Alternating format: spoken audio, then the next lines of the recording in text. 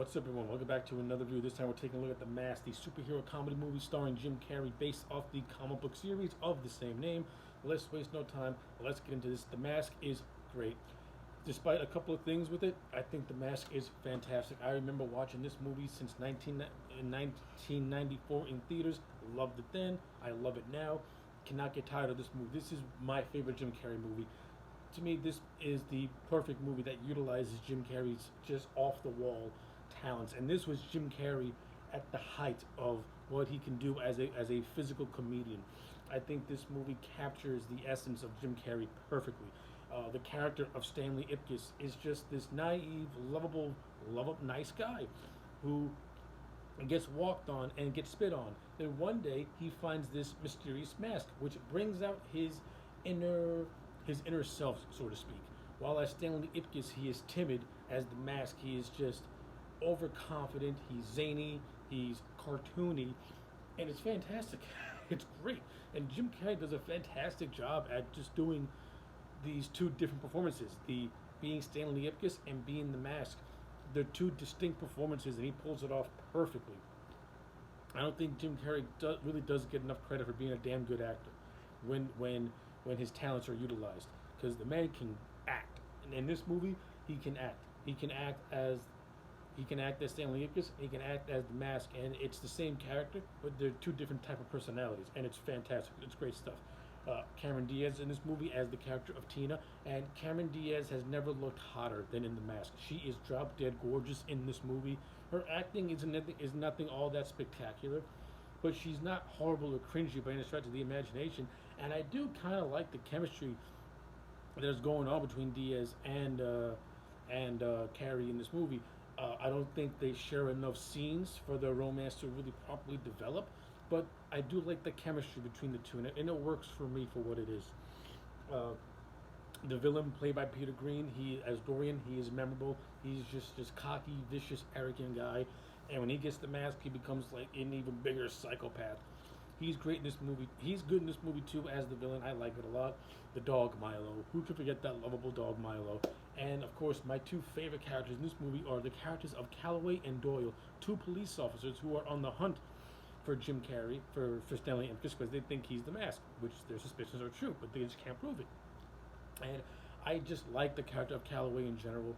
I think Peter Riegert, who plays Calloway, he's just hilarious in this movie. I think he has some of the most underrated funny scenes come from Calloway in his chase of the Mask, and just his comedic timing is really, really good. Then again, that all has to do with Riegert having prior comedy experiences, having done Animal House. But now we're seeing him more as more of an older, grumpier, almost cynical type of cop to play against his partner Doyle, who's like this bumbling guy, and Jim Carrey and the Stanley Ipkiss, who is like this weirdo type of person, but overall horrible. Seeing Calloway interact with these two different characters is hilarious, because he's a straight man all throughout, and I love it a lot. It's a good mix. From a directorial standpoint, I think Chuck Russell did a really good job with this movie. Chuck Russell is most famous for being the director of Nightmare on Elm Street Part 3, The Dream Warrior, and I like his directing in this movie. This is a live-action Looney Tunes type of movie. It has that same vibe as a Looney Tunes movie, particularly when Jim Carrey is the Mask. And I think Chuck Russell all throughout does a really solid job directing this movie. This movie does have some tonal issues.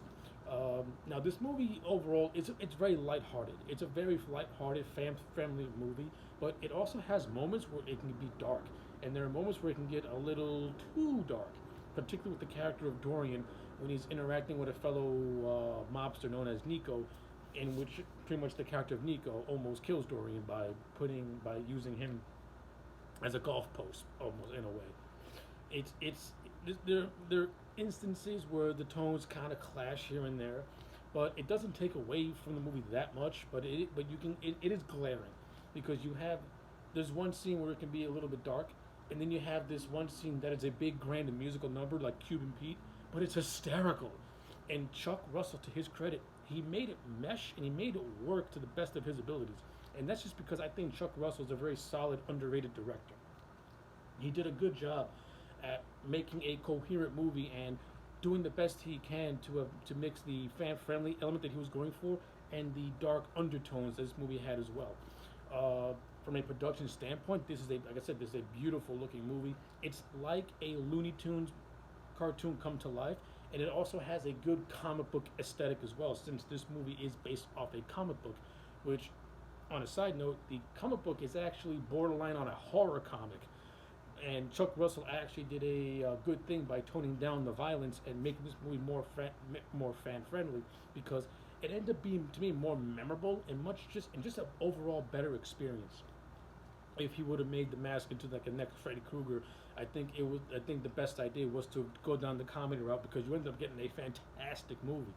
And like I said, this movie is a superhero movie because once Stanley Ipkiss puts on the mask, he does become this this superpower type of being. Now the mask is not a superhero in the traditional sense. He doesn't go out and save the world. Well, he doesn't go out and save people, but he does fight off evil criminals, like he does fight Dorian, and he does save his girlfriend from being killed. He does fight these street thugs in an alleyway, which is hilarious, and he takes down these two mechanics who pretty much stiffed him on his car. So like, the Mask is not a hero in the traditional sense. He's more or less like an anti-hero, I guess, in a sort of way, but it works because it comes across as really, really likable, and you're rooting for the Mask as well. So yeah, those are pretty much my thoughts on The Mask. As you can tell, I love this movie. I think it's great. Despite my issues with it, it's going to get a solid 8 out of 10. This movie is a classic. It is great. I love it. It's one of my all-time favorite Jim Carrey movies.